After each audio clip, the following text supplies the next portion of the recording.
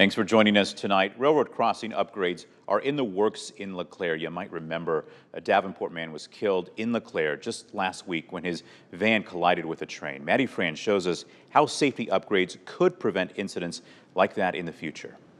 For more than 3 years, the city of LeClaire has been working to improve safety at its railroad crossings. Now, part of that is because the distance between the highway and the railroad tracks is so short. Here at Wisconsin Street downtown, they're only a few car lengths apart.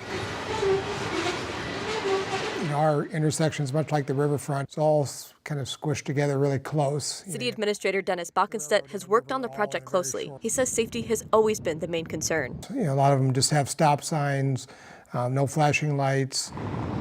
One study estimated a $1.7 million price tag to upgrade all 6 crossings. That includes railroad gates, concrete medians, and signage. CPKC gave the city $750,000 to compensate for increased traffic. Particularly those cross arms and the lights are quite expensive. We're hoping to get those at all the intersections downtown. One of the crossings due for gates, Canal Shore Drive. That's where a van collided with a train last week, killing the 84-year-old driver. It's a pretty blind crossing there. Stephen Fye used to work as an engineer for Union Pacific Railroad. If a train is coming east, it comes around the curve, and if you're not paying attention, you may not see it. It's also tough for the ones controlling the train. I feel sorry for the crew because it's traumatic for them. There's nothing they can do. They're running a train to thousands of tons at a speed that's required to run, and it's not going to stop. Fye says the crossing needs more than a stop sign to warn drivers, like the city is planning to install. And unfortunately, somebody's lost their life before that happened. Part of that delay, the city didn't receive an Iowa DOT grant to cover those upgrade costs last year. Balkenstedt hopes the grant will come through this summer, bringing the project one step closer to reality. Anything we can do to help prevent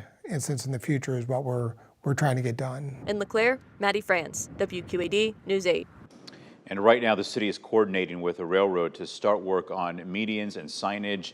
Those don't need as many approvals as lights and railroad gates.